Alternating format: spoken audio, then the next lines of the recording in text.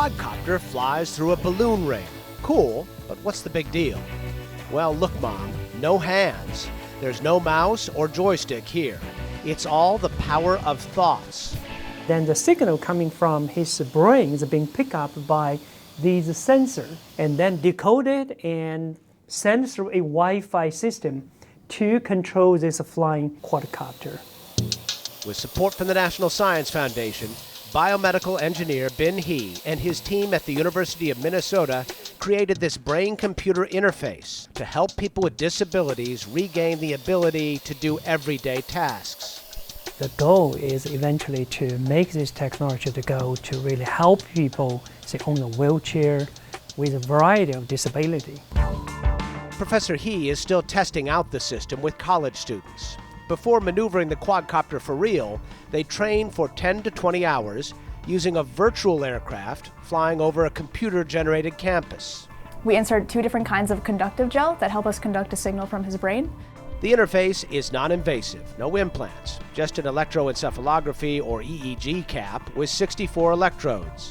When a participant thinks about a specific movement, neurons in the brain's motor cortex produce tiny electrical signals. And the computer is going to read that digital signal and do all the processing and extract out the brain signal and control quadcopter.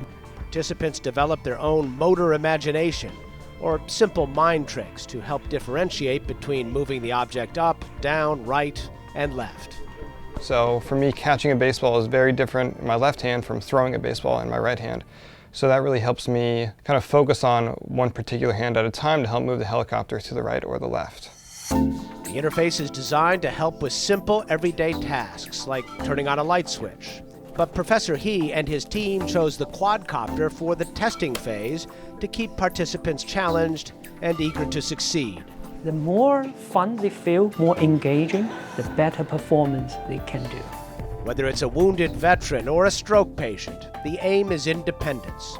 Eventually, he says this interface may help rewire brain circuits to bypass damaged areas. You want to make a phone call, you want to turn on the TV, you want to switch the channel, you want to surf the internet. There's a huge societal and economic benefit to the society eventually with this research. Harnessing brain power to help people with disabilities do for themselves. A high-flying idea. Just think about it. For Science Nation, I'm Miles O'Brien.